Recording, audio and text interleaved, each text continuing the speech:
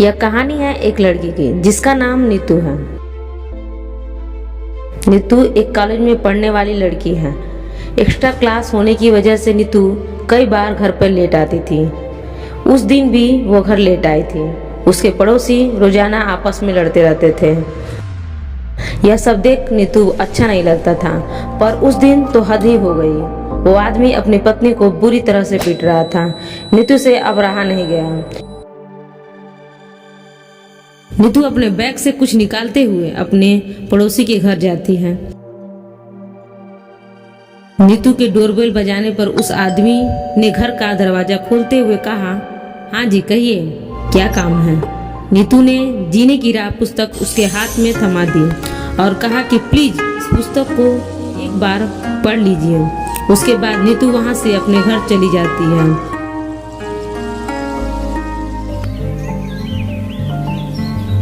अगले दिन वह अपने ऑफिस के काम से फ्री होकर वो पुस्तक पढ़ने लगता है। धीरे धीरे पुस्तक में लिखी ज्ञान की बातें समझ में आने लगती हैं। ऐसे कुछ दिन बीत जाते हैं। दोनों पति पत्नी अब खुश थे। ऑफिस जाते समय उसकी पत्नी के चेहरे पर एक अलग सी खुशी झलक रही थी। यह दृश्य देख नीतू बड़ी प्रसन्न होती है। उसे जीने की राह पुस्तक के लिए उस औरत ने नीतू को धन्यवाद किया। आइए अब जानते हैं जीने की राह पुस्तक नीतू को कहां से मिली और उसको पढ़ने से नीतू की जिंदगी कैसे बदली। नीतू एक कॉलेज में पढ़ने वाली लड़की है, परंतु अब वो गलत संगत में पढ़कर एक लड़के के चक्कर में घर से भागने का प्लान बनाती है।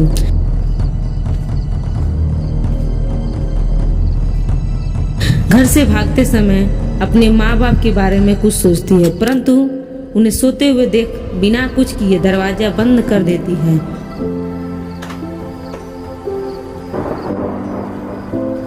घर के बाहर खड़ा लड़का उसका इंतजार कर रहा होता है। नीतू अपना सामान बालकनी से नीचे फेंक देती है और पेड़ के सहारे नीचे आ जाती है।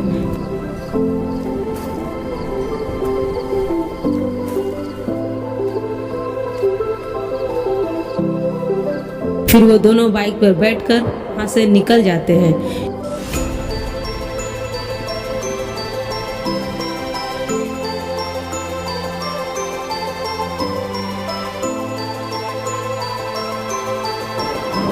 नीतू इस शहर को छोड़ दूसरे शहर में शिफ्ट होना चाहती है। उसके लिए वो अपने शहर के बस स्टॉप पर जाती है। वहां पर उस लड़के को दोस्त इंतजार कर रहा होता है।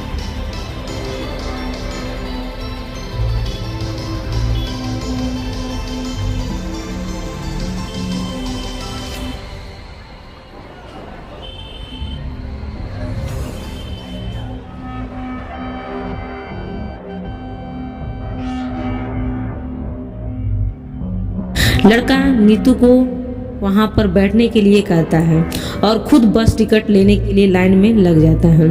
पास में बैठी दो लड़कियां उसे देखकर आपस में बातें करती हैं।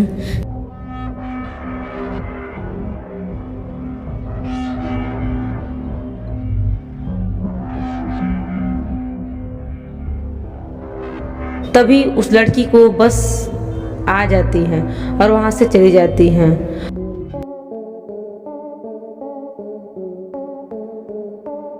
परंतु उसके पास बैठी उस लड़की को उस पर शक होता है और उसे परेशान देख अपने बैग में से एक जीने की राह पुस्तक निकालकर उसके पास रख देती है और धीरे से वहां से चली जाती है।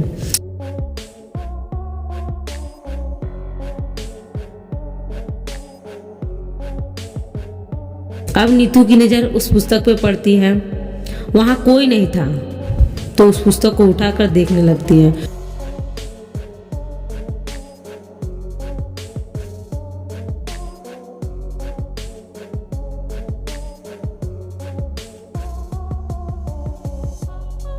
परंतु वो बस स्टॉप वाली लड़की उसे चोरी से देख रही होती है और नीतू को पुस्तक पढ़ते हुए देख मुस्कुरा रही थी।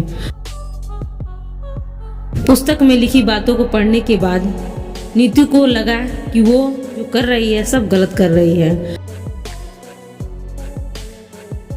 तब नीतू ने अपने बैग उठाया और बस स्टॉप से बाहर निकल गए।